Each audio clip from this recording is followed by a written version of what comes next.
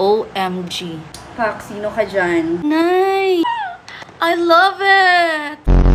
Okay, I have upcoming shoot at meron akong lens na ginagamit dito. Usually, nagle-lens lang ako kapag may event or may shoot.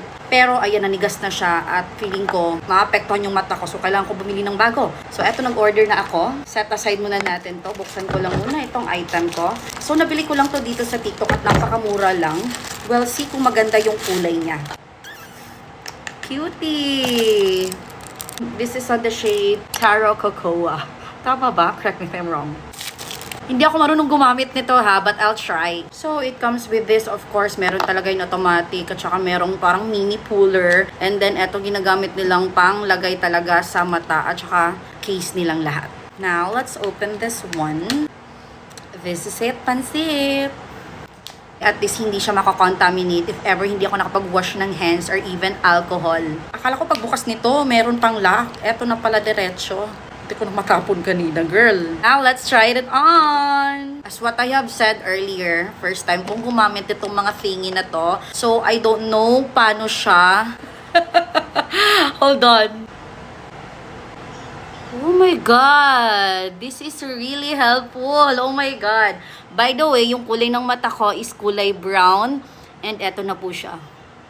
Tada! Ang nice! Ayoko kasi yung over-over na kulay. This is without.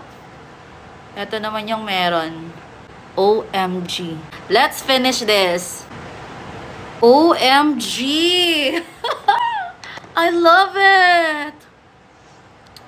OMG! Pawis na ako, girl. Hindi kasi pwedeng may hangin because lilipad siya.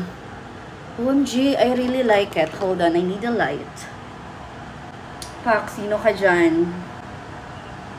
Natural lang, hindi yung OA. Bet ko to. Oh my God, hindi ako nagkamali sa pagpili ng kulay. So guys, if you're like me, like brown eyes, I don't know if maganda ba siya tingnan sa black eyes. We'll see. Let's try. Total mura lang naman. I-check out mo na yan dyan sa yellow basket. Tingnan mo naman.